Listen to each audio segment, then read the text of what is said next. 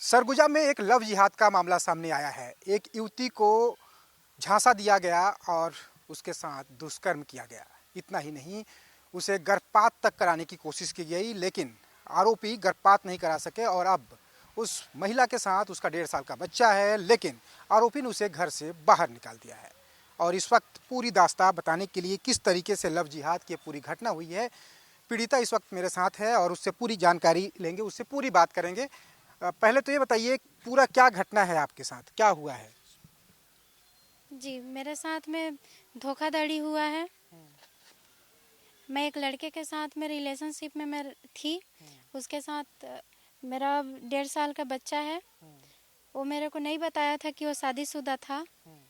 बाद में मेरे को पता चला जब मैं प्रेग्नेंट हो चुकी थी। फिर मेरा गर्भपात भी कराने का कोशिश किए।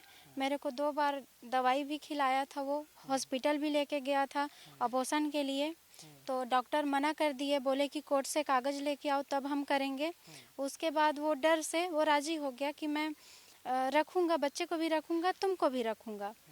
लेकिन उसके घर वाले बोलते थे कि बच्चे को अनाथ आश्रम में दे देना या किसी को दे देना जिसका बच्चा नहीं होगा, या हॉस्पिटल में दे देना। ऐसे। क्या नाम है उस लड़के का, कहाँ का रहने वाला है? वो उसका नाम अमजद खान है। वो लखनपुर नावापारा का रहने वाला है। उसका पिता का नाम आमीन खान है। कैसे अपने जाल में कैसे फंसाया, किस तरीके से आप उसकी बातों में आ गए, क्या हुआ, ऐसा क्या हुआ, पूरा कहानी बताइए ना। वो मतलब मेरे को पहले बोलता था, शुरू में फ़ोन में बातचीत होता था तो बोलता था कि मैं नहीं जी पाऊँगा, नहीं रह पाऊँगा, मर जाऊँगा। ऐसे मेरे को मरने वरने का झांसा देता था। फिर मेरे को जब पता चला उसका असलियत कि वो शादीशुदा है करके और उसके बारे में जानकारी मिला मेरे को, तो मैं वहाँ से उदयपुर में रहती थी, तो मैं वहाँ से कई बार भाग के मैं जाने का कोशिश की, 3-4 बार अपने घर। उदयपुर से मैं अंबिकापुर बस स्टैंड पहुँच जाती थी जाने के लिए विश्रामपुर। तो वहाँ से वो रोते रोते आके मुझे ले जाता था बस स्टैंड से वापस, मर जाऊँगा ऐसे बोल के।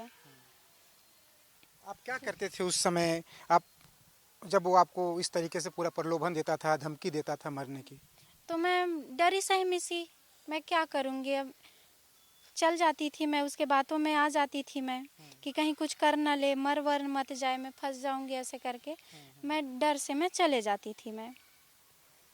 आप जब बता रही हैं कि आप जब प्रेग्नेंट हो गई तो आपको इस तरीके से आपके साथ गर्भपात कराने की कोशिश की गई, लेकिन इसमें जब गर्भपात नहीं हुआ, आपका बच्चा भी है, बता रही हैं 1.5 साल का, तो ये अब क्या, अब कैसे? आप पुलिस नहीं गए, कहीं और नहीं गए, इसकी शिकायत क्यों नहीं की आप? जी, मैं की शिकायत। मैं सबसे पहले तो मैं यहाँ सखी सेंटर में मैं शिकायत की थी। यहाँ मैं 5 दिन रही सखी सेंटर में, फिर वहाँ काउंसलिंग कराए गए। तो काउंसलिंग के दौरान वो लिखित प्रमाणित अपना दिया कि मैं रखूँगा, खर्चा वर्चा उठाऊँगा, बच्चे को भी देखूँगा, ऐसे करके वो प्रमाणित दिया था। फिर उसके बाद मुझे उसके साथ में भेज दिए। फिर अपने घर में लेके गया था वो, तो वहाँ से भी लड़ाई झगड़ा करके वो निकाल दिए मेरे को बच्चे के साथ में। फिर उसके बाद मैं आई, फिर 2-3 महीना वो गायब था, कहाँ भाग गया था वो। उसके घर वाले उसको भगा भगा के रखते थे 2 महीना 3 महीना ऐसे। फिर उसके बाद मैं महिला थाना में गई, महिला थाना में भी मैं केस की, तो वहाँ काउंसलिंग करा दिए, समझौता कराए। फिर उसके साथ फिर वो मेरे को लेके गया, फिर उसके घर वाले लड़ाई झगड़ा किए, मार पिटाई करके मेरे को निकाले। उसके बाद मैं रह रही थी अभी अकेले बच्चे के साथ में। फिर उसके बाद अभी कुछ दिन पहले मैं मणिपुर थाना में मैं गई थी अपना शिकायत लेकर कि ऐसा ऐसा बात है, मैं बेघर हूँ, बेसहारा हूँ, तो मैं कैसे करूँ करके बच्चे के साथ में। तो अपना शिकायत लेके मैं गई थी आवेदन लेके। तो वहाँ वाले जो पुलिस लोग हैं उन लोग बहुत बदसलूकी किए मेरे साथ में। दिन भर सुबह से मेरे को शाम तक बैठा के रखे, अभी रिपोर्ट लिखेंगे, कुछ टाइम बाद लिखेंगे, ऐसे करके, ये नहीं है वो नहीं है करके मेरे को दिन भर झिलवाए उन लोग। उसके बाद में जब शाम हुआ तो मैं बोलने लगी कि क्या हुआ मेरे रिपोर्ट का, तो उन लोग ज़बरदस्ती में मेरे को भरण पोषण का फैना बना के दे रहे थे। तो मैं बोली कि मेरे को भरण पोषण नहीं चाहिए, फैना नहीं चाहिए, मेरे को मेरा रिपोर्ट लिख दीजिए, मेरे को कार्यवाही चाहिए।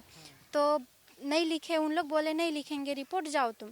फिर मैं जो अपना आवेदन दी थी उसको मैं मांगने लगी तो नहीं दे रहे थे। मना कर रहे थे कि नहीं देंगे आवेदन। फिर उनके बड़े सर के पास में फ़ोन किए तो उनके बड़े सर बोले कि उसका बयान ले लो कि, तो उन लोग ज़बरदस्ती मेरा बयान लेने का कोशिश कर रहे थे तो मैं नहीं दी अपना बयान। क्या बयान लेना चाहते थे? कुछ दूसरा बयान लेना चाहते थे जो आप बोलना चाहते थे उससे अलग क्या? हाँ, उन लोग ज़बरदस्ती मतलब वो कर रहे थे कि इस तारीख को आई है, रिपोर्ट लिखाई है, ऐसे करके झूठ मूठ का उन लोग लिखना चाहते थे। हाँ। तो ये जो लड़का है जिस पर आप ब्लेम लगा रहे हैं, उसके जो परिवार के लोग हैं वो भी आपको कोई परेशान कर रहे हैं, कुछ धमकी दे रहे हैं? जी, धमकी दे रहे हैं। फिर मणिपुर थाना में मेरा जो आवेदन था ना उसको मैं मांगने लगी तो नहीं दिया। उसके बाद उन लोग फाड़ के फेंक दिए मेरा आवेदन। फिर वहाँ से मैं आ गई। क्या क्या धमकी दिया जा रहा है आपको? धमकी यही कि उसके घर वाले बोलते हैं, उसके पापा जो हैं वो बोलते हैं कि अंबिकापुर में कहीं भी तुमको चैन से नहीं रहने दूंगा। उस मतलब उन लोग का परिवार यहाँ रहता है अंबिकापुर में, उसके बड़े भैया भी रहते हैं अंबिकापुर में। वो भी कई बार अमजद को बोले हैं कि रास्ता से हटाना होगा तो मेरे को बोलना। ऐसा मतलब ऐसा रास्ता से हटाएंगे अता पता नहीं चलेगा। कहीं बांध है, कोई बड़ा डैम है, वहाँ बोले हैं कि मछलियों को ले जाके खिला देंगे। अमजद भी ये बात मेरे को बोला है कि ऐसे कर दूंगा वैसे कर दूंगा करके। और उसके घर में मेरे को जान से मारने का भी कोशिश किया था। जहाँ पे वो सोता था उसके जो बिस्तर होता है खटिया, उसके नीचे टांगी लेके सोता था मेरे लिए। हाँ, मारने का भी कोशिश किया है। उसके घर वाले भी बोले हैं कि ऐसे कर देंगे वैसे कर देंगे करके। और बच्चे को बोलते हैं जो मेरा आखिरी सहारा है, मेरे माँ बाप तो नहीं है, अब उसके चलते मेरे परिवार भी सब छूट ही गया। एक आखिरी सहारा है मेरा बच्चा, उसको भी बोलते हैं कि मतलब नहीं समझ में आ रहा है तो तुम भी मर जाओ, बच्चे को भी मार दो बोलते हैं। और कानून का वो चीज़ दिखाते हैं कि रिपोर्ट करना है रिपोर्ट करो, जहाँ जाना है वहाँ जाओ। जब बच्चा 7 साल का होगा तो हम लोग कानून के वो चीज़ में हम लोग ले आएंगे बच्चे को, ऐसे बोलते हैं। आपको ये पता नहीं था कि वो पहले से शादीशुदा है? जो अमजद नाम है ना? हाँ। वो पहले से शादीशुदा है, आपको इसकी जानकारी उसने नहीं दिया था क्या? नहीं, वो कोई जानकारी नहीं दिया था वो मेरे को। बाद में मेरे को बताया, बाद में बताया नहीं, बाद में मेरे को पता चला। जी। तो उसकी पत्नी के बारे में जब पता चला, आप उसके जब घर में रहीं कुछ दिन, तो उसकी पत्नी ने कुछ नहीं कहा आपको? वो भी लड़ती है, मेरे ऊपर वो ब्लेम डालती है कि तुम ज़बरदस्ती फांसे हो करके। उसके परिवार वाले भी बोलते हैं ज़बरदस्ती फांस ली हो, ज़बरदस्ती बच्चा पैदा किए हो। तो आप ही बताइए, कोई महिला ज़बरदस्ती थोड़ी ना बच्चा पैदा करके रख देगी भाई। तो उसका ब्लेम यही है मेरे ऊपर कि ज़बरदस्ती तुम फांसे हो, ज़बरदस्ती बच्चा पैदा किए हो, मेरा घर बर्बाद किए हो, ऐसे मेरे को बोलती है। कई बार मेरे से लड़ चुकी है। अब इस पूरे मामले में आप क्या कार्रवाई चाहती हैं? क्या कार्रवाई होना चाहिए? आपका क्या कहना है इस पूरे मामले में? जी, मैं तो फ़िलहाल यही चाहती हूँ कि मतलब अभी मेरा कोई सहारा नहीं है, मेरा छोटा सा बच्चा है, इसके साथ में मैं कुछ कर नहीं सक रही हूँ अभी। तो मैं यही चाहती हूँ कि जितना भी मतलब गरीब से गरीब स्थिति में मतलब गुजारा बसर हो जाए, उतना मतलब जितना भी उसको ठीक लगे, कम से कम मतलब वो मेरे को अमाउंट वो चीज़ कर दे। कार्रवाई नहीं चाहती हैं? उसके खिलाफ में कोई कार्रवाई होना चाहिए, ऐसा नहीं चाहती आप? कार्रवाई चाहती हूँ मैं, तभी तो मतलब आज मेरे साथ में हुआ है, कल किसी और के साथ में होगा। आपको पता नहीं था कि ये दूसरे धर्म का है और ये बाद में मामला बिगड़ सकता है, वो कैसे मेरे को अपने साथ में रखेगा? ये सारी चीज़ आपने नहीं सोचा था पहले? पता था कि दूसरे जात धर्म का है, लेकिन मामला ही ऐसा हो गया ना कि मैं फंसी एक बार, तो मैं फंसी गई और आज झेल ही रही हूँ चीज़ को।